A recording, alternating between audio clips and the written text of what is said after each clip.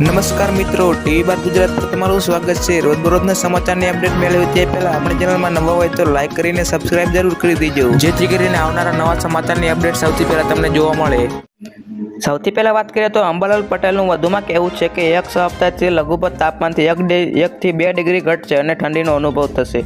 આ સાથે જ ડિસેમ્બર મહિના અંતે ઠંડીનો દોર શરૂ થશે। 8 નવેમ્બરથી બંગાળના ઉપસાગરમાં ચક્રવાત શક્યતા છે, જેના કારણે 18 થી 25 નવેમ્બર દરમિયાન વાતાવરણમાં પલટો આવશે અને 27 ડિસેમ્બરથી ઠંડીનું પ્રમાણ વધશે અને 11 જાન્યુઆરીથી ઠંડીનું પ્રમાણ વધશે અને આ સાથે 16 જાન્યુઆરીથી વાતાવરણમાં પલટો આવશે। સાથે સાથે 22 જાન્યુઆરી સુધીમાં વરસાદ થવાની શક્યતા રહેશે।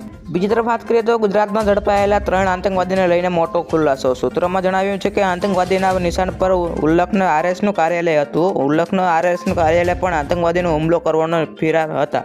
2 આતંકવાદીને ઉલ્લખન આરએસ કાર્યાલય પણ રેકી કરી હતી।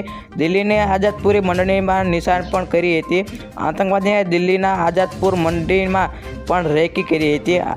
અમદાવાદ, દિલ્હી, મુંબઈ, લખનઉ અને જમ્મુ કાશ્મીરમાં સંવેદનશીલ વિસ્તારોમાં તેમની રેકી અને હુમલાની નિશાન પર હતા।